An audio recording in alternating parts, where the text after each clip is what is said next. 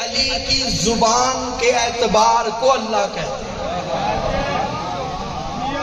بھئی خدا کو مصطفیٰ اور مرتضیٰ پر اعتبار یہ ہے۔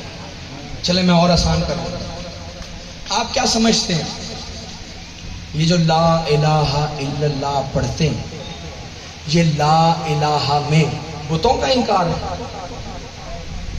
اچھا اللہ اپنا موازنہ ان بتوں سے کرائے گا؟ یا جن لوگوں نے آگ کو خدا مانا، سورج کو، چاند کو، ان کی پرستش کی، ستاروں کی، سانپ کی، ان کو خدا کہہ رہے لا الہ؟ اب جو اللہ کہہ رہا ہے نا، پہلے کہو لا الہ الا اللہ، اس کا مطلب کچھ تو ہیں جو اس کی نظر میں بھی الہ نظر آتے ہیں۔ کوئی ہے سننے والا؟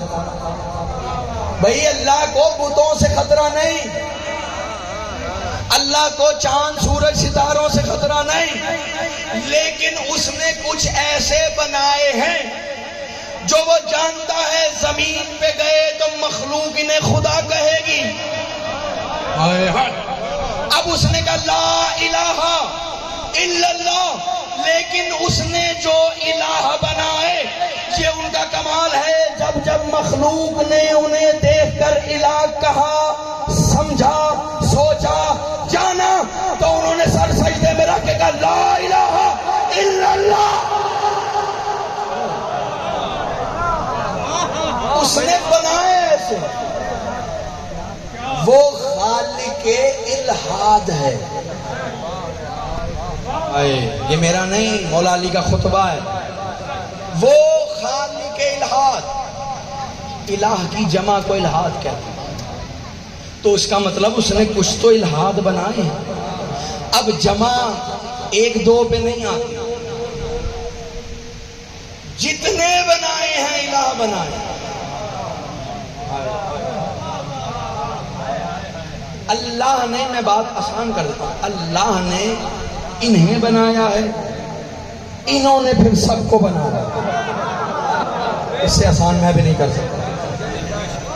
اللہ نے انہیں، یہی تو وجہ ہے نا، خمینی صاحب نے اپنی کتاب میں لکھا کہ اللہ نہ نظر آیا تھا، نہ نظر آیا ہے، نہ نظر آئے گا۔ بھئی جو موسیٰ جیسے کو نظر نہیں آیا، وہ آپ کو اور مجھے نظر آئے گا؟ انہوں نے کہا جب بھی نظر آئے گا بس علی نظر آئے گا۔ فَإِنَّمَا تَوَلُّوا فَثَمَّ وَجْهُ اللَّهِ، وہ پڑھ رہے تھے نا مولانا صاحب، یا علی، جب بھی نظر آئے گا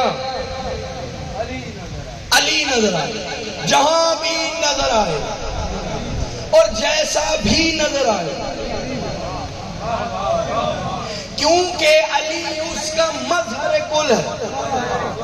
جیسی حقیقت ہے ویسا مظہر ہونا چاہیے۔ چلیں میں قرآن کی آیت سنیں، یہیں سے ربط مصائب زندگی رہی تو انشاءاللہ کل یہیں سے جاری کریں گے اپنی تقریر کو۔ قرآن کی ایک آیت ہے، یا ایھا الذین آمنوا آمنوا۔ قرآن میں جہاں بھی یا ایھا الذین آمنوا کہا گیا، اے ایمان والو، سب نے لکھا اس سے مراد علی والے۔ یا ایھا الذین آمنوا سے مراد اے علی والو۔ اب خدا یا ایھا الذین آمنوا کہنے کے بعد، اے علی والو کہنے کے بعد کہہ رہا ہے آمنو، اے ایمان والو ایمان لے آؤ۔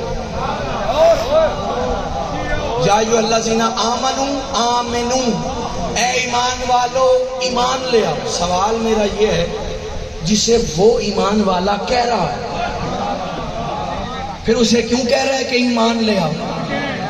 جو نہیں پہنچا آسان کرتا ہوں، یہ بالکل ایسے ہی ہے جیسے کوئی مسجد سے نکل رہا ہو اور آپ اسے کہیں مسجد میں جا کے نماز پڑھا کر، وہ کہے گا اندھا ہو گیا، مسجد سے ہی تو آ رہا ہوں، نماز پڑھ کے ہی تو آ رہا ہوں۔ خدا کہہ رہا ہے یا ایھا الذین آمنوا آمنوا، اے ایمان والو ایمان لے آؤ۔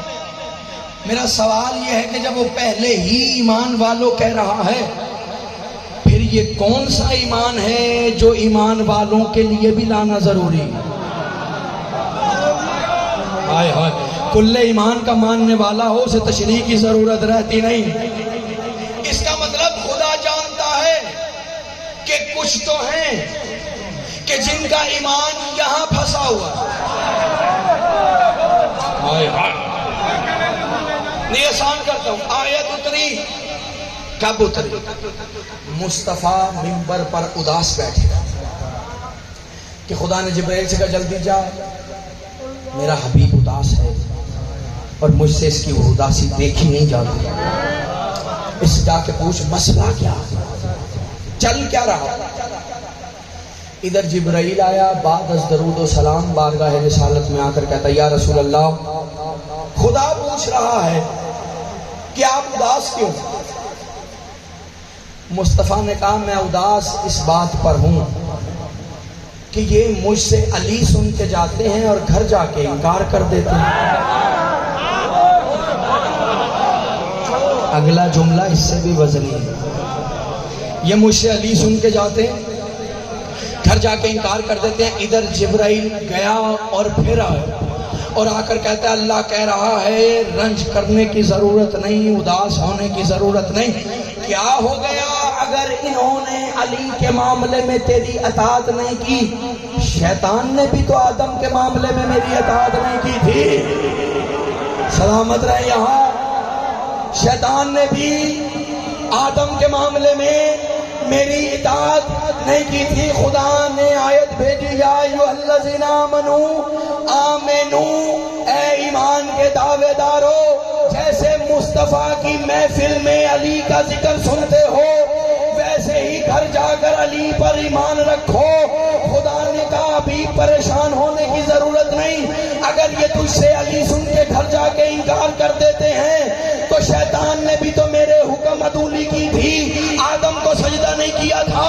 تو اب ایک فیصلہ تو ہو گیا، جو بھی جہاں بھی علی کا منکر ہوتا ہے کم از کم شیطان ہوتا. آپ سلام.